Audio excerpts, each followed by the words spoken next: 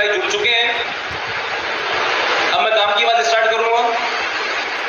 साथियों, आज सबसे पहले मैं आपको बताऊंगा कि वेरिफिकेशन में जिनके रिमार्क लग रहा है वह किन किन के लग रहा है। आप सब जो मुझे बताते हो कि इसके पास रजिस्ट्रेशन नहीं है, ये इसके पास में एक्सपीरियंस झूठा है, इसके पास ये एमपी का है, ये यूपी का है, तो किन किन के रिमार्क लग रहा है वेरिफिकेशन के टाइम, वह मैं आप सब तक पहुंचाऊंगा। पहले तो उसकी जानकारी दे देता हूं। सबसे पहले तो जिनके पास में लास्ट डेट यानी फॉर्म की लास्ट डेट थी और फिर करेक्शन आया और उस करेक्शन में लास्ट डेट के बाद का किसने रजिस्ट्रेशन नंबर या रजिस्ट्रेशन सर्टिफिकेट अपलोड कर रखा है उसको रिमार्क लगेगा, वह योग्य नहीं है। क्योंकि विज्ञप्ति की शर्तें हैं कि फॉर्म भरने की लास्ट डेट से पहले तक का आपके पास में अपनी काउंसलिंग का रजिस्ट्रेशन नंबर होना चाहिए। उसके बाद का अगर आपका रजिस्ट्रेशन है तो आप अयोग्य हो, आप विज्ञप्ति की शर्तों को पूरा नहीं कर पा रहे, इसलिए आप बाहर। उनके रिमार्क लग रहा है। दूसरा, जिसके पास में फॉर्म की स्टार्टिंग डेट से पहले दिन तक का अगर एक्सपीरियंस डेज काउंट कर रखा है तब तो वो वैलिड है।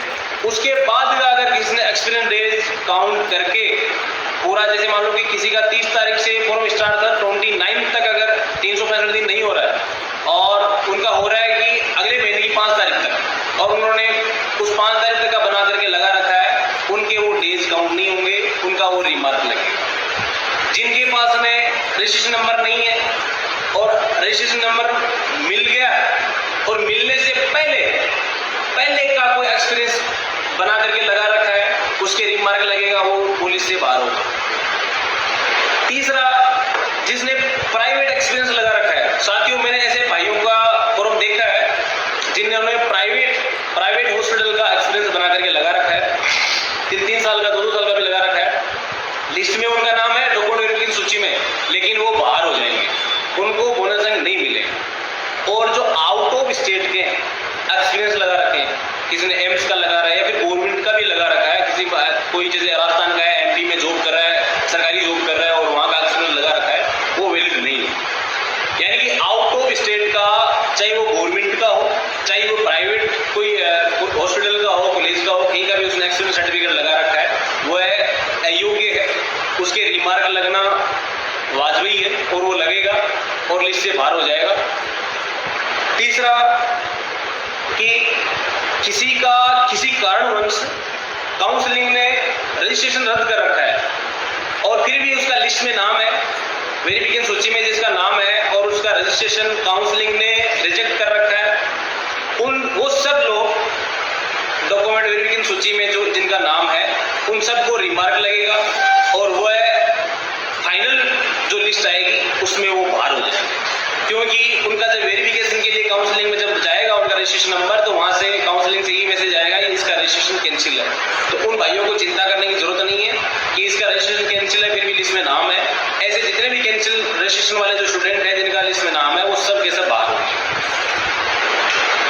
दूसरा, जो फेल स्टूडेंट है और उसने फॉर्म भर रखा है, लिस्ट में नाम है, वेरिफिकेशन भी हो गया, काफी भाई कहते हैं भाई उसका वेरिफिकेशन हो गया, कोई दिक्कत ही नहीं है, उनके ऊपर भी रिमार्क लगेगा और वो भी फाइनल लिस्ट में बाहर हो जाएगा।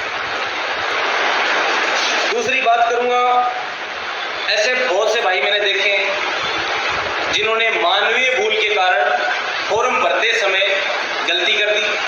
कोई ओबीसी सीएल का है लेकिन ओबीसी एनसीएल कर दिया, कोई ओबीसी एनसीएल का है लेकिन उसने सीएल कर दिया, कोई ओबीसी का है एमपीसी कर दिया।